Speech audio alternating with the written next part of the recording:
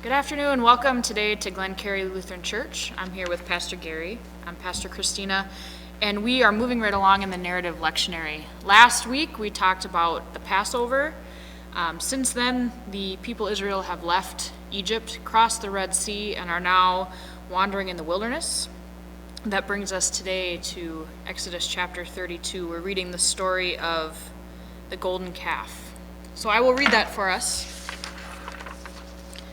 It says that when the people saw that Moses delayed to come down from the mountain, the people gathered around Aaron and said to him, "Come make gods for us, who shall go before us. As for this Moses, the man who brought us up out of the land of Egypt, we do not know what has become of him."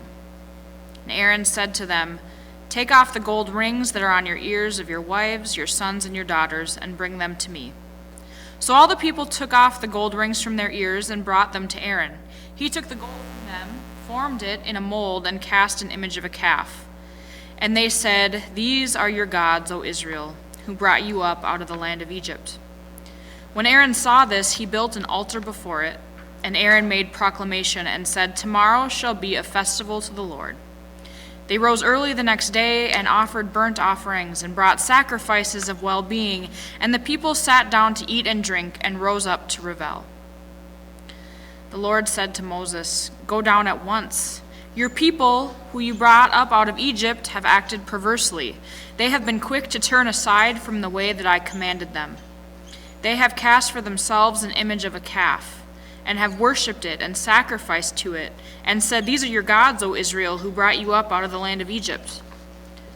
The Lord said to Moses, 'I have seen this people, how stiff-necked they are.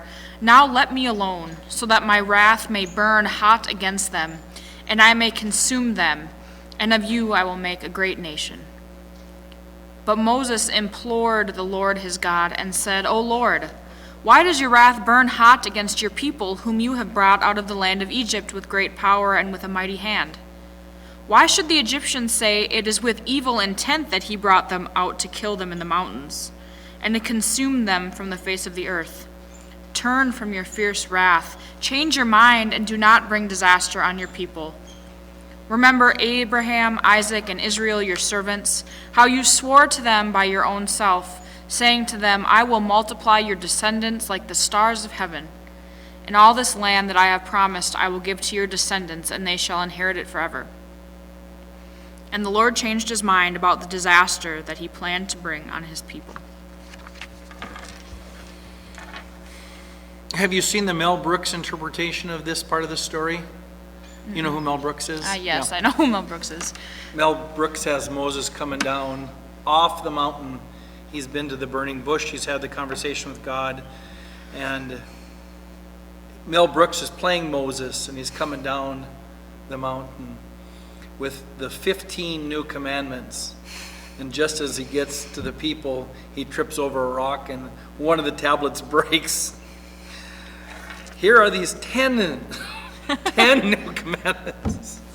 You know, it makes you wonder what those other 5 were. Yeah, exactly, if that's what really happened. So here, but we are picking up this part of the story with this, is the people have crossed the Red Sea. Moses has left for 40 days to go up in the mountain. 40 days, we're not sure exactly if it's a literal in this context or it's a symbolic understanding, but clearly what happens is the people grow restless, as you just read. The people say, Moses hasn't come down from the mountain. Why has he delayed? When they saw that Moses delayed to come down from the mountain, it says, like he had a choice, it says something about what happens when people lose their primary voice of leadership for 40-day period. Fear starts to settle in, uncertainty. And so, of course, they turn to Aaron, and we're not exactly sure why Aaron made the choice he did. Bring me your gold rings, and we'll make this calf. Which part of the understanding here is really interesting. I was always taught that the people started to worship another god, like Baal or something. They just turned away from God. But this text says, no, that's not what happened. They just started to worship the wrong image of God, which is idols, is the human temptation to look at a dollar bill and say, oh, I trust in this, even though it says in God we trust. I liken it to John the Baptist appearing, and John is saying, no, I'm not the Messiah. And John the Baptist's purpose is to constantly point to Christ. It's about this guy, don't look at me. Some of that's going on here with this story is that the parallels for us is the human desire to think we're worshiping God, and the idols that we create to be able to say, well, this is God. Well, it's not really God. It's you're worshiping yourself or money or wealth or power or something. So that's going on in this text as well. What do you make of all of this language where God sees this going on and he's hacked at his people? And he yells at Moses and said, your people are misbehaving. And later Moses changed it and says, it's not my people, it's your people. What do you make of all this? Well, first of all, I feel bad for the people, because I feel like they're just floundering. Like, they don't know what they're doing. They are trying to worship God, and they're doing it incorrectly. That could be any one of us. Correct. Sinning and doing all sorts of idolatry. But God is mad, like you said, and it's funny that it takes Moses reminding God of God's own promises to draw him back. He literally says, hey, God, remember this covenant you made where you were going to make a mighty nation out of these people, and you were going to give them land and all this stuff? And God's like, oh yeah, I guess I won't destroy them. Yeah, this is one of the amazing stories that we tend to forget when we use the terms about God is omnipotent, God is omnipresent, God is all-knowing. No, we see a God here who says, okay, I'm mad, I want to kill even my own people. And a human has to step in and say to God, that's not who you are. Mm-hmm. And in the end, God, I love this. And the Lord changed his mind about the disaster that he planned to bring on his people. What if he didn't change his mind? This is the language, this is one of the stories that creates a whole theology known as process theology, which most people for years, if anybody said, I'm a process theologian, they'd go, that's horrible. But I think stories like this and the idea of being co-creators with God in environmental issues and seeing our responsibility to the world has given us permission from a story like this to say, look how much God is even changing. Mm-hmm. God is not just a powerful, bearded guy sitting on a throne giving orders. That God works through God's own struggles to constantly bring upon the world what is right. The text is real clear.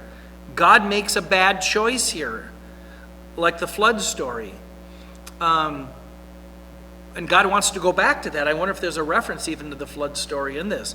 God is tired of wanting and wants to wait. And then it's Moses who has to remind him, these are your people. These are, remember Abraham, Isaac, and Israel, your servants.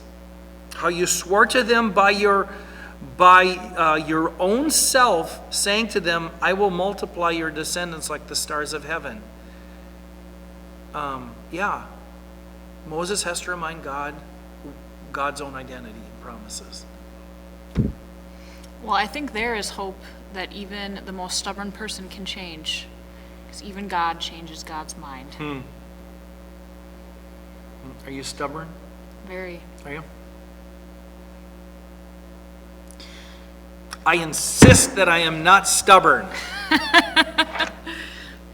I stubbornly will say I'm not stubborn. One of the things we had talked about is the human tendency to be fickle of heart and fickle of faith when things start to get really hard. And imagining being in this new place, I think there's even a part when they're in the wilderness when the people want to go back to slavery because they're in so much uncertainty in the wilderness. And how that's kind of comparable to what we're facing now, where when we get so tired and we get so overwhelmed with the uncertainty of what's happening, we have a tendency to just turn to what looks like the next right thing. Yeah. Instead of trusting in God, we want to worship whoever's going to make us feel better, if that makes sense. How do you see that playing out? Well, it's like when you're a kid, right? And you say, God, just get me out of this mess, and I'll worship, and I'll be good to other people again. And then we never hold those promises very well. There's part of that. The story you're referring to, of course, is they are in the wilderness and they're hungry as heck, and they don't want to trust God. And they say, look, even back in slavery we had food. Out here we don't even have any food. Yeah, let's go back. And then manna from the wilderness, bread from heaven appears, and the people say, okay, we'll keep trusting you. How I see this is, I think this is the essence of the language of trust, because trust is not just what I believe in. Trust is the power in my life to remain faithful and true to the right thing, even if it leads to death, and even if it leads to broken relationships, and even if it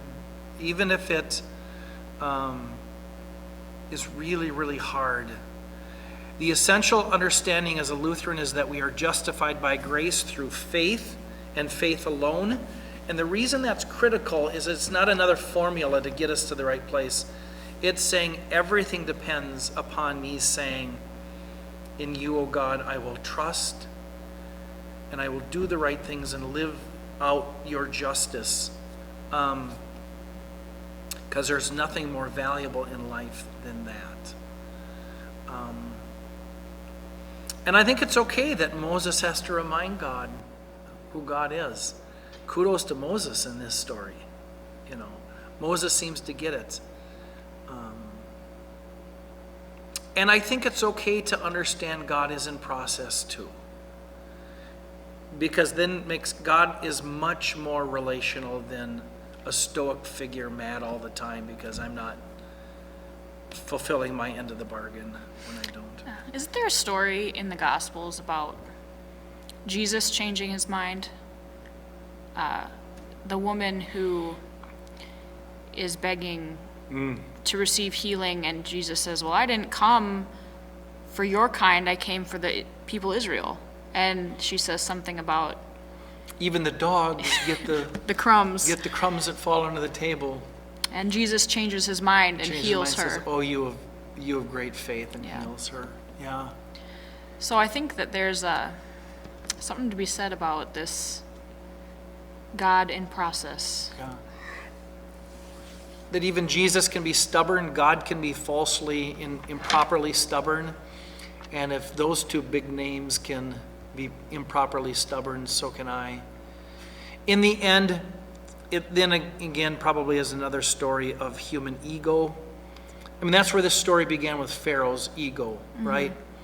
And cruelty that comes from it. And yeah, I think the story of the Exodus really ultimately asks the question, how stubborn are you going to be in life before you do the right things? How long are you going to hold on to your false idols? And at what point do you use faith and trust the God about life and grace and forgiveness? Yeah, we're always drawn back to the question of who are we going to worship? Is it ourselves? Is it money? Is it the authorities of the world? Or is it God? We proclaim God this day. Let's do that together. See you on Sunday, everyone.